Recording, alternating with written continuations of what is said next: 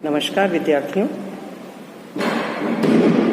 आज के इस YouTube चैनल पर आप सभी का स्वागत है। और आज का टॉपिक है हमारा प्रशासकीय राज्य की अवधारणा।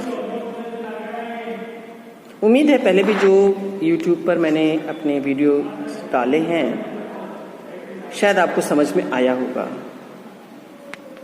उसी कड़ी में आज जो अगला आपका सिलेबस का टॉपिक है फर्स्ट पेपर का, वह है प्रशासनिक राज्य की अवधारणा। आज उसी के बारे में मैं बताना चाहूँगी। हालांकि आप फर्स्ट ईयर से ही पढ़ते आ रहे हैं प्रशासन प्रशासन प्रशासन, और प्रशासन का क्या इम्पोर्टेंस है वो आप सभी जानते हैं। तो जो हमारा प्रशासकीय राज्य है उस प्रशासन से ही संबंधित है। आप सभी जानते हैं कि प्रशासन की जो भूमिका है वो बहुत महत्वपूर्ण है। व्यक्ति के जन्म से के पूर्व से ही इसकी क्रियाएं प्रारंभ हो जाती हैं और मृत्यु के पश्चात तक प्रशासन कार्य करता रहता है। अब आप ये सोचेंगे कि आखिर जब आदमी की डेथ हो ही गई, मृत्यु को जब प्राप्त हो गया, तो उसके बाद उसके लिए क्या करता है? लेकिन उसके बाद भी करता है, क्योंकि उसकी जो संपत्ति है वो जो पीछे छोड़ के जाता है उसका बंटवारा करने के लिए उसी के द्वारा, प्रशासन के द्वारा ही सारा कार्य किया जाता है। हमारे दादा परदादा की कब मृत्यु हुई होगी वो तिथियां हमको नहीं पता, लेकिन हमारे प्रशासन को पता है। इसलिए हम कह सकते हैं कि प्रशासन तो महत्वपूर्ण ही है। तो लेकिन आज का जो टॉपिक है वो हमारा है प्रशासनिक राज्य की अवधारणा, अर्थात जहां पर प्रशासन अधिक महत्वपूर्ण है।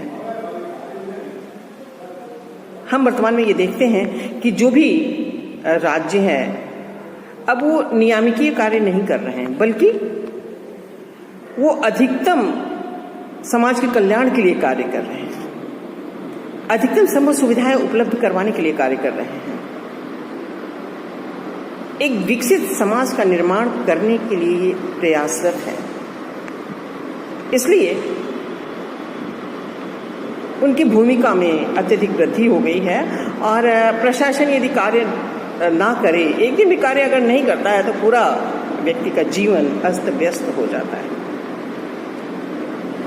तो इसीलिए जो फाइनर हैं, प्रशासनिक विद्वान हैं, उनका ये कहना है कि कुशल प्रशासन जो है वो सरकार का एकमात्र अवलंब है, जिसकी अनुपस्थिति में राज्य शत विशत हो जाएगा। अर्थात वही जो मैंने आपको भी बताया कि प्रशासन अगर एक दिन भी कार्य ना करे तो सारे अस्त व्यस्त हो जाती है, सारी व्यवस्थाएं अस्त व्यस्त हो जाती हैं।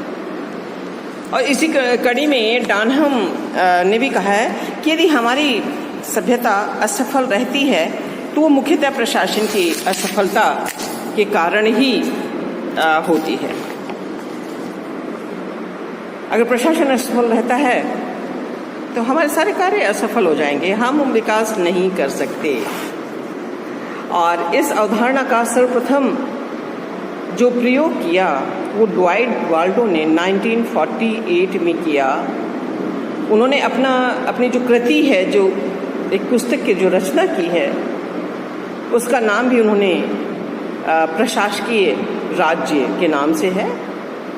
और इसमें इन्होंने इस अवधारणा को परिभाषित तो नहीं किया, तथापि लेकिन फिर भी ये संकेत दिया है कि वर्तमान समय में जो प्रशासन है वो बहुत अधिक महत्वपूर्ण है। और इसकी जब हम विशेषताओं के बारे में जो आपके कोर्स में हैं, इसकी विशेषताएं क्या हैं, इसके गुण क्या हैं, दोष क्या हैं, वो आपसे प्रश्न पूछे जाएंगे एग्जाम में। तो सिलसिले में इसकी प्रशासनिक राज्य की विशेषताओं के बारे में वर्णन करते हैं, वो भी विभिन्न बिंदुओं के माध्यम से। तो इसमें पहला जो बिंदु है वो है विचारधारा से मुक्त। समाज का चाहे जो भी राज्य है, चाहे उसमें लोकतंत्रात्मक व्यवस्था हो, समाजवादी व्यवस्था हो, साम्यवादी हो, अधिनायक तंत्रीय हो, सैनिक प्रशासन हो, चाहे जैसा भी हो, वहाँ देखा जाए तो वहाँ प्रशासन ही अधिक महत्वपूर्ण होता है। वहाँ प्रशासन उपस्थित होता है, वो प्रशासनिक राज्य ही होते हैं, क्योंकि प्रशासन के द्वारा ही समस्त गतिविधियों का संचालन किया जाता है। दूसरा जो बिंदु है विशेषताओं में, दूसरा बिंदु इसका होता है कार्यपालिका की प्रमुख एवं प्रभावी भूमिका। आधुनिक समाज में हम यही देखते हैं कि जो भी सरकारों के कार्य हैं उसमें निरंतर वृद्धि होती जा रही है, बहुत अधिक वृद्धि हो गई है, और इस मुख्य कार्यपालिका में की शक्तियों में भी उसी अनुपात में वृद्धि होती चली जा रही है। तो वृद्धि इसलिए भी हो रही है क्योंकि संपूर्ण प्रशासन तंत्र वास्तविक कार्यपालिका के इर्द गिर्द चक्कर काटता रहता है। इस तरह से जो कार्यपालिका है उसकी भूमिका अधिक महत्वपूर्ण हो जाती है। प्रशासनिक राज्य की एक अगली और प्रमुख विशेषता है नौकरशाही के वर्चस्व वाला राज्य। वर्तमान समय में हम ये देखते हैं कि जो भी हमारे यहाँ प्रशासनिक तंत्र है वो अधिक प्रभावी है, क्योंकि जो राजनीतिक तंत्र है हम उसके लिए देखते हैं कि उनके लिए जो जनप्रतिनिधि जो सरकार चलाते हैं उनके लिए किसी प्रकार की शैक्षणिक या तकनीकी या अन्य किसी प्रकार की योग्यता का निर्धारण नहीं किया गया है। और योग्यता का निर्धारण न होने के कारण उनमें बोलने में जितनी दक्षता होती है, कुशलता होती है, वाक चातुर्यता होती है, उसी के आधार पर चुने जाते हैं। जबकि जो प्रशासनिक अधिकारी होते हैं वो अपने कार्य क्षेत्रों में अनुभवी होते हैं। तो आप अब समझ सकते हैं कि एक अनुभवी राजनीतिज्ञों का कितना गुलाम हो सकता है। वो कभी भी अधीनस्थता स्वीकार नहीं करना चाहता, चाहे नीतियाँ निर्मित करनी हो या कोई और कार्य हो, उसमें चूंकि इनके पास अनुभव होता है, इसलिए जो राजनीतिक जनप्रतिनिधि भी होते हैं वो भी इन्हीं के कथनानुसार, इन्हीं के परामर्शानुसार कार्य करने के लिए विवश होते हैं। इसलिए हम ये कहते हैं कि जो नौकरशाही है उसका हमारे समाज में वर्चस्व है। अगला जैसे एफएम मार्क्स की शब्दावली में अगर हम देखें तो उन्होंने इसे गैरिजन स्टेट का नाम दिया है। उनका कहना है कि राज्य स्वयं एक किले के समान है जिसमें नौकरशाही एक सेना के रूप में है जो स्वयं बाहरी प्रभाव को अपने में नहीं आने देती। ऐसे राज्य में नौकरशाही अपने ऊपर किसी का अस्तित्व नहीं मानते। ये अपने आप को अधिक विद्वान, समझदार, अनुभवी सब कुछ मानते हैं। ऐसी स्थिति में ये किसी और की विचारधारा को स्वीकार करने के लिए तैयार ही नहीं होते। वो अपने निर्णयों को ही अधिक महत्व देते हैं। अगली विशेषता जो बताई जाती है वो संरचनात्मक विशिष्टीकरण से संबंधित है। जो प्रशासकीय राज्य हैं उनमें संरचनात्मक विशिष्टीकरण पाया जाता है। सरकार न केवल कार्यपालिका, विधायिका, न्यायपालिका में संगठित होती है बल्कि प्रशासनिक क्रिया भी नीति निर्माण, निर्देशन, समन्वय, निष्पादन में विभाजित की जाती हैं। इसी प्रकार आवश्यकता जैसी होती है उसी के अनुसार सरकार के कार्यों को भी केंद्र, राज्य और स्थानीय स्तरों में विभाजित कर दिया जाता है, जिससे कि सभी अपने अपने क्षेत्रों के कार्य को संपन्न करते हैं और पूर्ण रूप से राज्य के विकास में अपना योगदान देते हैं। प्रशासकीय राज्य की एक और महत्वपूर्ण जो विशेषता होती है वो है कार्मिकों की संख्या में वृद्धि। अगर हम कर्मचारियों की संख्या के बारे में अध्ययन करें, सर्वे करें, तो हमें ज्ञात होगा, इसके डेटा देखने से हमें ये जानकारी मिलती है कि जब हमारा देश आज़ाद हुआ था कितने कर्मचारी थे और वर्तमान में कर्मचारियों की संख्या कितनी बढ़ गई है। तो इन कर्मचारियों की संख्या में भी लगातार वृद्धि हो गई है। और दूसरा जो इसकी विशेषता है प्रशासनिक राज्य की वो है सकारात्मक भूमिका वाला राज्य है ये। इसमें जनता के लिए अधिकतम संभव कल्याणकारी कार्य संपन्न किए जाते हैं। और अन्य जैसे हस्तक्षेपवादी राज्य की विचारधारा को हमने पिछले चैप्टर्स में पढ़ा तो आपको ये पता चला होगा कि हस्तक्षेपवादी राज्य तो ये कहता है कि स्वतंत्र छोड़ दो, वो अपने आप अपना काम कर लेंगे। लेकिन हम ऐसा नहीं मान सकते। सुख शांति की स्थापना तो राज्य कर सकता है, लेकिन उसके अलावा ऐसा पर्यावरण उपलब्ध करवाना, जनता के लिए विभिन्न प्रकार के कल्याणकारी सुविधाएं उपलब्ध करवाना जिससे कि अपना विकास कर सके, वो इस प्रशासकीय राज्य में ही संभव होता है। और उसी के द्वारा ये व्यवस्थाएं की जाती हैं कि एक व्यक्ति अपना किस प्रकार से अधिकतम संभव विकास कर सकता है। ये तो प्रशासकीय राज्य की विशेषताएं थी। अब इसके दूसरा जो बिंदु जो आप लोगों के एग्जाम में आता है वो प्रशासकीय राज्य के गुण हैं। तो सबसे पहले तो हम ये कहेंगे कि इसके गुणों में कि जो प्रशासकीय राज्य होते हैं वो नियमों पर और कानूनों पर अधिक बल देते हैं और नियमों के आधार पर ही वो प्रशासन को संचालित करते हैं। दूसरा गुण ये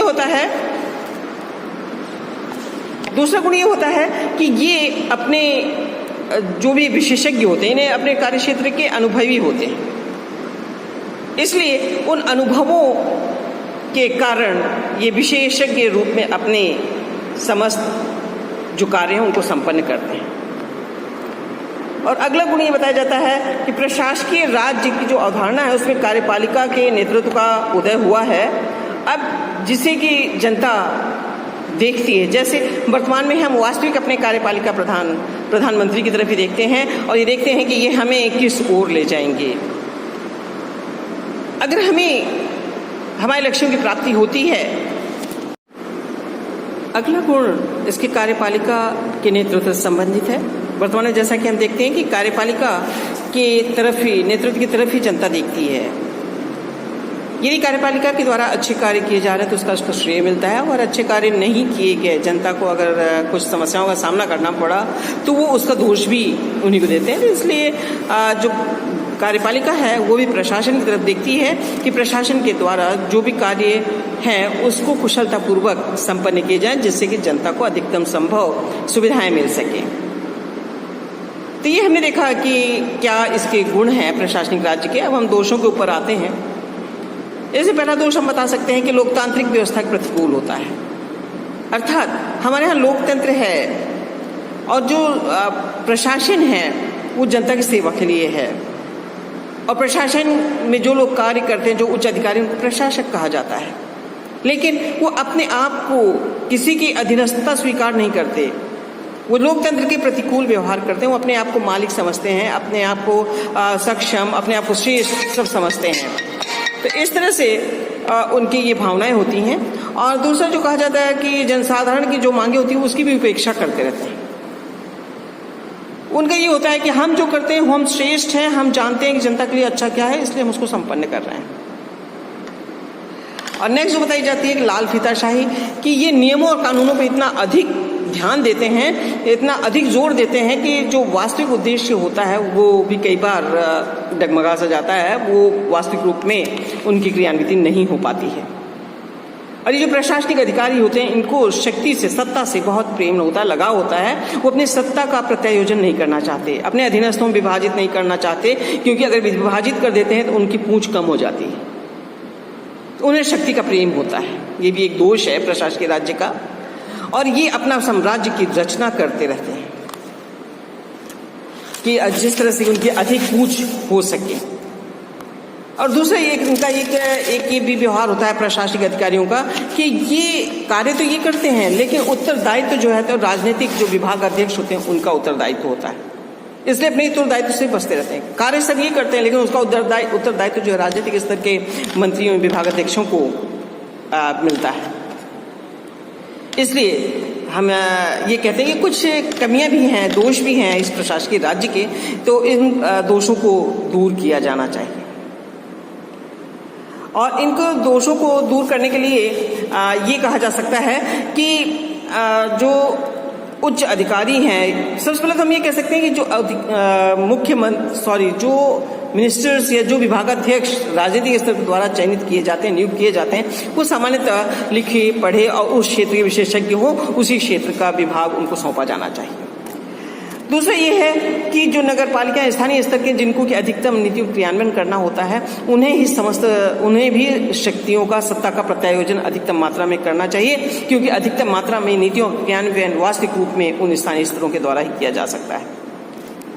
और अगला हम ये सुझाव देना चाहेंगे कि प्रशासकीय राज्य में जो प्रत्यायोजित विधान की जो व्यवस्थाएं हैं उनको कम से कम किया जाए, जिससे कि जनप्रतिनिधियों के द्वारा अधिकतम नीतियों का निर्धारण किया जा सके, विधि का निर्धारण किया जा सके। लोकपाल को वास्तविक रूप में नियुक्त करते हुए सत्ता संपन्न बनाया जाना चाहिए और इस तरह की व्यवस्था होना चाहिए जिससे कि लोग, एक आम नागरिक, प्रशासनिक अधिकारी अगर कोई अच्छा कार्य नहीं करते हैं, समस्याएं उत्पन्न कर रहे हैं, अपना निरंकुश व्यवहार कर रहे हैं, तो उनके खिलाफ उस अदालत में जाया जा सके और उनके खिलाफ याचिका दायर करके और न्याय प्राप्त किया जा सके।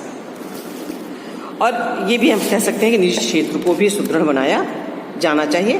तो इस तरह से प्रशासकीय राज्य एक बहुत अच्छा राज्य होते हुए भी कुछ दोष हैं, उन दोषों को दूर करने का प्रयास किया जाना चाहिए। उम्मीद है कि आप लोगों को आज का ये जो प्रशासकीय राज्य की अवधारणा वाला राज्य था, ये समझ में आया होगा। इन्हीं शब्दों के साथ धन्यवाद।